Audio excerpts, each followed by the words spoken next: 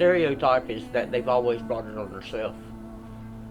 Yeah, in some cases, yeah, that may be true, but there's some cases out there that it's through no fault of the person that they end up in a place like this. My husband passed away about 7 years ago, and I was still staying with friends.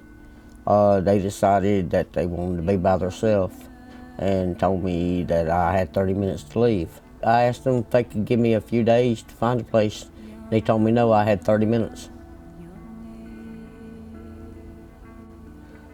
I left the house on May 1st. I came into the shelter on May 8th. I walked the street from the 1st through the 5th, walking and talking with God, and didn't close my eyes because I was afraid that maybe I'd be picked up for sleeping in public or something.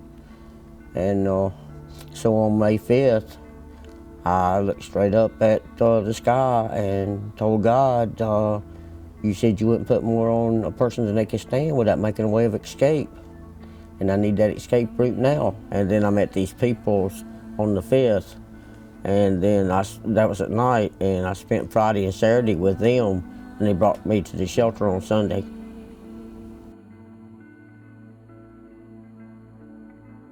The shelter is trying to basically eradicate homelessness to where it won't be no more. There's a lot of people, if it wasn't for the shelter, especially in the cold weather, they would be frozen to death or something like that, maybe die. And it's a lot of times it's a person's last chance to maybe straighten herself out. Their intentions is to not for this to actually be your home, but for it to be a place to where you can get self-sufficient and stand on your own 2 feet.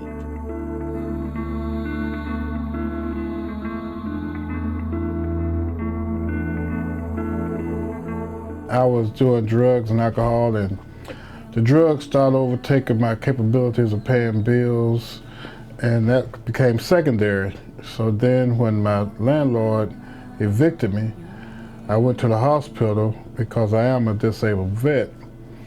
And after I came out the hospital, I was told to come to the Bethesda Center.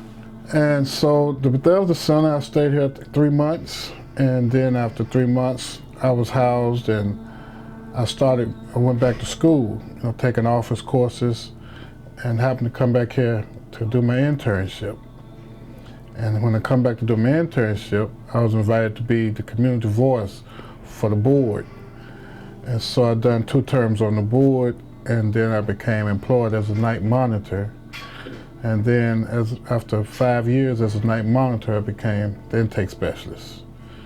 And now I'm currently in school pursuing a degree in human services.